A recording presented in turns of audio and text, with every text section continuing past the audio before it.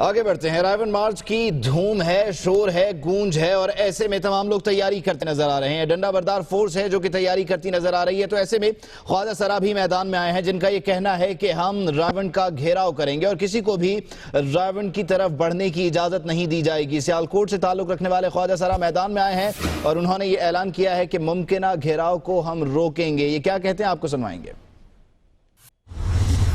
जिथे भी जलसे करते हो, बड़े डांस करते हो ना, बड़ा फन विखाते हो। लो रावण दे विच जलसे दे विच सोच समझ के आना, मेरे नाल डांस दा मुकाबला तुहाडा की हो गया अल्लाह माफ। तुसी जिथे भी जलसे करते हो, बड़े डांस करते हो ना, बड़ा फन विखाते हो। लो रावण दे विच जलसे दे विच सोच समझ के आना, मेरे नाल डांस दा मुकाबला तुहाडा की हो गया अल्लाह माफी।